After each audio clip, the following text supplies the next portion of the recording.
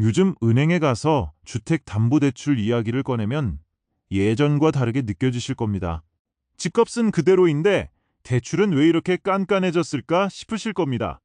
특히 은퇴하신 분들 연금으로 생활하시는 분들은 더 답답하게 느껴지실 수 있습니다. 오늘은 왜 대출이 안 나오는지, 그리고 시니어분들이 확인할 수 있는 방법을 차분히 정리해 보겠습니다. 안녕하세요. 김도현입니다. 먼저 요즘 대출이 어려워진 이유부터 짚어보겠습니다. 정부가 은행들에게 가계대출을 너무 많이 늘리지 말라고 강하게 관리하고 있기 때문입니다.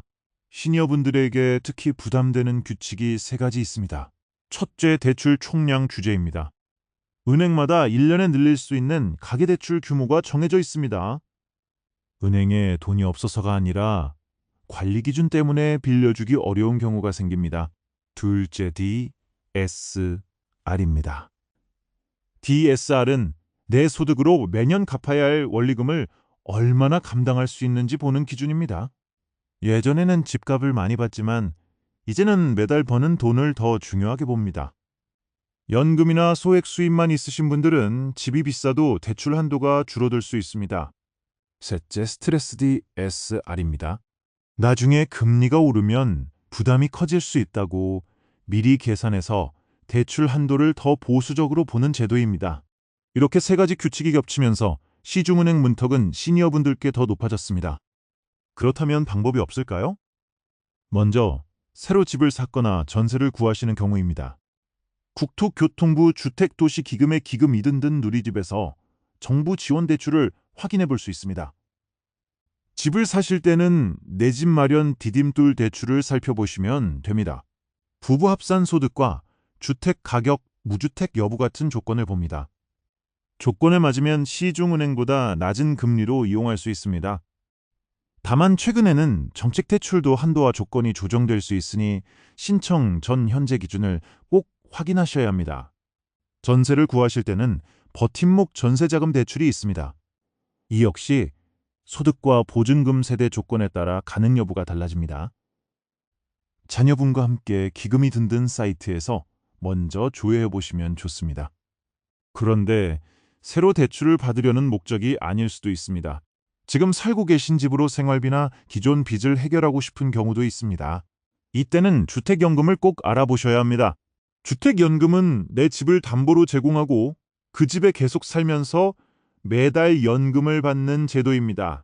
국가가 보증하기 때문에 오래 사셔도 정해진 방식으로 계속 받을 수 있습니다. 부부 중 한 분만 만 55세 이상이면 신청 대상이 될 수 있습니다. 부부 합산 공시가격 12억 원 이하 주택인지도 중요한 기준입니다.